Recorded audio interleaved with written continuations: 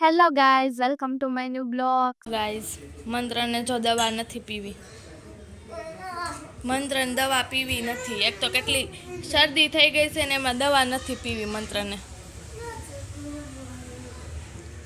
મારી મમ્મી બે બાંધે છે. શરદી હા ઉધરસ કેટલી આવે છે ખબર છે ને. પીઝા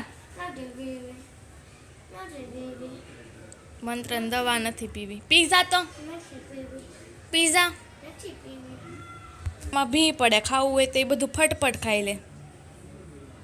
પીવે છે હો ભાઈ દવા.